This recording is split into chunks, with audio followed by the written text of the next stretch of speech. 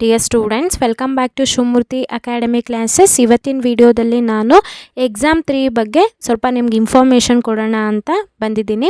ಆ ಎಲ್ಲ ಇನ್ಫಾರ್ಮೇಷನ್ನ ತಿಳ್ಕೊಳ್ಳೋದಕ್ಕಿಂತ ಮುಂಚೆ ನೀವು ಚಾನಲ್ಗೆ ಸಬ್ಸ್ಕ್ರೈಬ್ ಆಗಿ. ಇದು ನನ್ನ ಹೊಸ ಚಾನಲ್ ಆಗಿರೋದ್ರಿಂದ ವಿಡಿಯೋ ನೋಡ್ತೀರಾ ಪ್ರತಿಯೊಬ್ಬರು ಕೂಡ ಸಬ್ಸ್ಕ್ರೈಬ್ ಆಗಿ. ಎಕ್ಸಾಮ್ 3 ಯಾವಾಗ ಸ್ಟಾರ್ಟ್ ಆಗುತ್ತೆ ಅಂತಂದರೆ ಎಕ್ಸಾಮ್ 2 ರಿಸಲ್ಟ್ ಅನೌನ್ಸ್ ಆಗಿ 1 ವೀಕಲ್ಲಿ ಅಥವಾ 10 to 15 ಡೇಸಲ್ಲಿ ನಿಮಗೆ ಎಕ್ಸಾಮ್ 3 ಶುರುವಾಗುತ್ತೆ.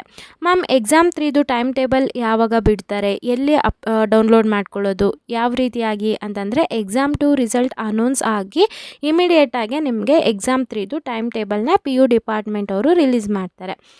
ನಿಮ್ಮ ಕಾಲೇಜ್ಗೆ ಹೋಗಿ ನೀವು ಸೇಮ್ ಪ್ರೊಸೀಜರ್ ಏನು ಫಾಲೋ ಮಾಡಿದ್ರಿ ಎಕ್ಸಾಮ್ 2ಗೆ ಅಪ್ಲೈ ಮಾಡಬೇಕು, ಅದೇ ಪ್ರೊಸೀಜರ್ನ ನೀವು ಫಾಲೋ ಮಾಡಿಕೊಂಡು ಎಕ್ಸಾಮ್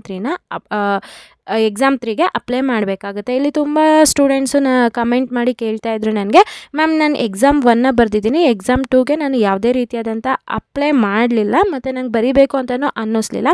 ಆದರೆ ಇವಾಗ ನನಗೆ ನನ್ನ ಮಾರ್ಕ್ಸ್ನ ಇಂಪ್ರೂವ್ ಮಾಡ್ಕೋಬೇಕು, ನಾನು ಎಕ್ಸಾಮ್ 3ನ ಅಟೆಂಡ್ ಮಾಡ್ಬೋದಾ ಮ್ಯಾಮ್ ಅಂತಂದರೆ ಖಂಡಿತ ನೀವು ಎಕ್ಸಾಮ್ 3ನ ಅಟೆಂಡ್ ಮಾಡ್ಬೋದು.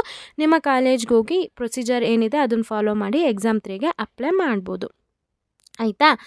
ಇಲ್ಲಿ ನೆಕ್ಸ್ಟ್ ಇನ್ನೇಂತಂದರೆ ತುಂಬ ಸ್ಟೂಡೆಂಟ್ಸ್ ಇದು ಕೂಡ ನನಗೆ ಕೇಳ್ತಾಯಿದ್ರು, ಎಕ್ಸಾಮ್ 3 ಮ್ಯಾಮ್ ತುಂಬ ಡಿಫಿಕಲ್ಟಾಗಿ ಬರುತ್ತಂತೆ ಎಕ್ಸಾಮ್ 1 ಎಕ್ಸಾಮ್ 2ಗೆ ಕಂಪೇರ್ ಮಾಡಿದರೆ. ಮತ್ತು ನನ್ನ ಒಬ್ಬರು ಸಬ್ಸ್ಕ್ರೈಬರ್ ಕೂಡ ಕಮೆಂಟ್ ಮಾಡಿದರು, ಯಾವುದೋ ಕಾರಣಕ್ಕೆ ನಾನು ಎಕ್ಸಾಮ್ 2ನ ಬರೆಯೋದಕ್ಕಾಗ್ತಿಲ್ಲ, ಎಕ್ಸಾಮ್ 3 ಬರಿಬೋದಾ ಅಂತೇಳಿ. ಖಂಡಿತ ನೀವು ಎಕ್ಸಾಮ್ 3ನ ಬರಿಬೋದು. ಇಲ್ಲಿ ನಿಮಗೆ ಎಕ್ಸಾಮ್ 1 ಮತ್ತು ಎಕ್ಸಾಮ್ 2 ಏನು ಕ್ವಶನ್ ಪೇಪರ್ ಪ್ಯಾಟ್ರನ್ ಇತ್ತು ಅಥವಾ ಡಿಫಿಕಲ್ಟಿ ಲೆವೆಲ್ ಏನಿತ್ತು ಅದೇ ಸೇಮ್ ನಿಮಗಿಲ್ಲಿ ಎಕ್ಸಾಮ್ 3ಗೆ ಬರುತ್ತೆ. 40% ಈಸಿ, 40% ಮೀಡಿಯಮ್, ಹಾಗೆ 20% ಮಾತ್ರ ನಿಮಗೆ ಡಿಫಿಕಲ್ಟಿ ಲೆವೆಲ್ ಇರುತ್ತೆ. ಮತ್ತು ಏನು ಅವೇ ಕ್ವಶನ್ಗಳು ಸ್ವಲ್ಪ ರಿಪೀಟ್ ಆಗೋ ಚಾನ್ಸಸ್ಸು ತುಂಬ ಇರುತ್ತೆ. ನಾನು ಎಕ್ಸಾಮ್ 1 ಮತ್ತು ಎಕ್ಸಾಮ್ 2ಗೆ ನಾನು ಏನು ಸ್ಟ್ರಾಟಜಿನ ನಿಮಗೆ ತಿಳಿಸ್ಕೊಟ್ಟಿದ್ದೆ ಅದೇ ಸ್ಟ್ರಾಟಜಿನ ನೀವು ಇಲ್ಲಿ ಅಪ್ಲೈ ಮಾಡಿಕೊಂಡು ಒಂದು ಸೂಪರ್ ಸ್ಟಡಿ ಪ್ಲ್ಯಾನ್ನ ಮಾಡಿಕೊಂಡು ಓದೋದ್ರಿಂದ ಖಂಡಿತ ನೀವು ಎಕ್ಸಾಮ್ 3ನಲ್ಲಿ ಏನಕ್ಕೋಸ್ಕರ ಬರಿತಾ ಇದ್ದೀರಾ, ಮಾರ್ಕ್ಸ್ ಇಂಪ್ರೂವ್ಮೆಂಟಿಗೋಸ್ಕರ ಬರಿತಾ ಇದ್ದೀರಲ್ವ, ಒಳ್ಳೆ ಮಾರ್ಕ್ಸ್ನ ನೀವು ಸ್ಕೋರ್ ಮಾಡ್ಬೋದು. ಇನ್ನು KCT ಎಕ್ಸಾಮಿಗೆ KCT ರಿಸಲ್ಟಿಗೆ ಎಕ್ಸಾಮ್ 3ದು ಮಾರ್ಕ್ಸ್ ಕನ್ಸಿಡರ್ ಮಾಡ್ತಾರಾ ಮ್ಯಾಮ್ ಅಂತ ಕೇಳಿದರೆ, ಇಲ್ಲಿ ಒಂದು ತಿಳ್ಕೊಳ್ಳಿ, ನಿಮ್ಮ ಎಕ್ಸಾಮ್ 2ದು ಇವಾಗೇನು ಎಕ್ಸಾಮ್ ಬರೆದಿದ್ದೀರಾ ಅದ್ರ ರಿಸಲ್ಟು ನಿಮಗೆ ಮೇ 15ನೇ ತಾರೀಕು ಅಥವಾ 20ನೇ ತಾರೀಕು ಒಳಗಡೆ ನಿಮಗೆ ಎಕ್ಸಾಮ್ 2ದು ರಿಸಲ್ಟ್ ಬರುತ್ತೆ. ಇದು ಬಂದಾದ ನಂತರ ನಿಮಗೆ KCT ರ್ಯಾಂಕಿಂಗ್ ಅನೌನ್ಸ್ ಆಗುತ್ತೆ.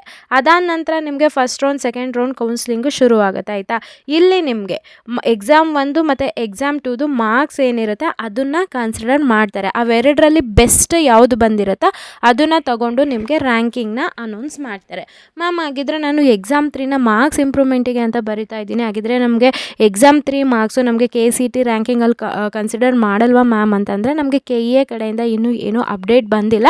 ಎಕ್ಸಾಮ್ 3 ಮಾರ್ಕ್ಸು ಇಂಪ್ರೂವ್ಮೆಂಟಿಗೆ ಬರೀತಾ ಇದ್ದಾರೆ, ಅದನ್ನು ಕನ್ಸಿಡರ್ ಮಾಡಬೇಕೋ ಏನೋ ಅಂತ ಹೇಳ್ಬಿಟ್ಟು ಒನ್ಸ್ ಅದು ಅಪ್ಡೇಟ್ ಬಂತು ಅಂದ ತಕ್ಷಣವೇ ನನ್ನ ಒಂದು ಚಾನಲ್ನಲ್ಲಿ ನಾನು ಅಪ್ಲೋಡ್ ಮಾಡ್ತೀನಿ.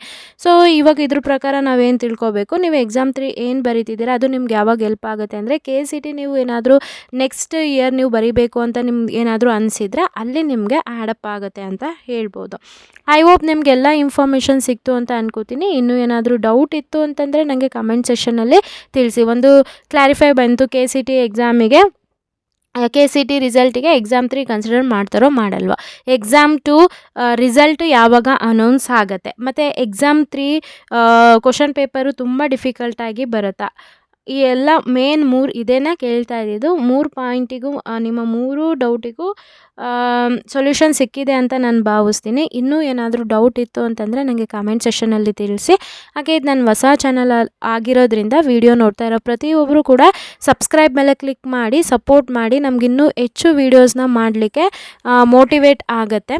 ಹಾಗೆ ಯಾರೆಲ್ಲ ಚಾನಲ್ಗೆ ಸಬ್ಸ್ಕ್ರೈಬ್ ಆಗಿದ್ದೀರಾ ಎಲ್ರಿಗೂ ಕೂಡ ನಾನು ಧನ್ಯವಾದ ಹೇಳೋದಕ್ಕೆ ಇಷ್ಟಪಡ್ತೀನಿ. ನಾನು ಏನು ಸ್ಟ್ರಾಟಜಿನ ನಿಮಗೆ ತಿಳಿಸ್ಕೊಟ್ಟಿದ್ದೆ ಅದನ್ನು ಎಕ್ಸಾಮ್ 3ಗೆ ಅಪ್ಲೈ ಮಾಡಿ. ಡಿಪಾರ್ಟ್ಮೆಂಟ್ ಕಡೆಯಿಂದ ಬಿಟ್ಟಿರೋಂಥ 3 ಮಾಡೆಲ್ ಕ್ವಶನ್ ಪೇಪರ್ ಓದೋದಾಗಿರ್ಬೋದು, ಮತ್ತು exam 1 question paper, exam 2 question paper ನಿಮ್ಮ ಹತ್ರ ಇರುತ್ತೆ, ಅದನ್ನು ಕೂಡ ತರೋವಾಗಿ ಓದಿ. ಅಲ್ಲಿ 5 ಪೇಪರ್ ಆಗೋಯ್ತು. ಡಿಪಾರ್ಟ್ಮೆಂಟ್ ಕಡೆಯಿಂದ ಬಿಟ್ಟಿರೋ 3 model question paper, exam 1 exam 2 2 question ಪೇಪರ್ದು ತುಂಬ ಚೆನ್ನಾಗಿ ಓದ್ಕೊಂಡ್ರೆ ಅಲ್ಲಿರೋ ಕ್ವಶನ್ಗಳೇ ನಿಮಗೆ ರಿಪೀಟ್ ಆಗೋ ಚಾನ್ಸಸ್ಸು ತುಂಬ ಇರುತ್ತೆ. ಆಮೇಲೆ ನಾನು ನಿಮಗೆ ಬ್ಲೂ ಪ್ರಿಂಟ್ ಅನಾಲಿಸಿಸು ಮಾಡಿಕೊಟ್ಟಿದ್ದೀನಿ, ಯಾವ ಚಾಪ್ಟರ್ ಓದಬೇಕು, ಯಾವ ಚಾಪ್ಟರ್ ಬಿಡಬೇಕು, ಯಾವ ಚಾಪ್ಟರಿಗೆ ಎಷ್ಟು ಮಾರ್ಕ್ಸ್ ವೇಟೇಜ್ ಇದೆ ಅನ್ನೋದು ಅದೊಂದು ಅದು ಸ್ಟ್ರಾಟಜಿನ ಮಾಡಿ. ಅದಾದಮೇಲೆ ನಾನು ಸೆಕ್ಷನ್ ವೈಸು ವೀಡಿಯೋಸ್ನ ಅಪ್ಲೋಡ್ ಮಾಡಿದ್ದೀನಿ. 2 ಮಾರ್ಕ್ಸ್ದಾಗಿರ್ಬೋದು, 5 ಮಾರ್ಕ್ಸ್ದಾಗಿರ್ಬೋದು. ಆ ರೀತಿಯಾಗಿ ನೀವು ಓದೋದ್ರಿಂದ ಎಲ್ಲೂ ಕೂಡ ಮಾರ್ಕ್ಸ್ನ ಕಳ್ಕೊಳ್ಳೋದಿಲ್ಲ. ಐ ಹೋಪ್ ನಿಮಗೆ ಈ ವಿಡಿಯೋ ಇನ್ಫಾರ್ಮೇಟಿವ್ ಆಗಿತ್ತು ಮತ್ತು ಅನುಕೂಲ ಆಯಿತು ಅಂತ ಅನ್ಕೋತೀನಿ. ಅನುಕೂಲ ಆಗಿದ್ದರೆ ಈಗಲೇ ಈ ವಿಡಿಯೋಗೆ ಲೈಕ್ ಮಾಡಿ, ಈ ವಿಡಿಯೋನ ನಿಮ್ಮ ಫ್ರೆಂಡ್ಸಿಗೆ ಶೇರ್ ಮಾಡಿ.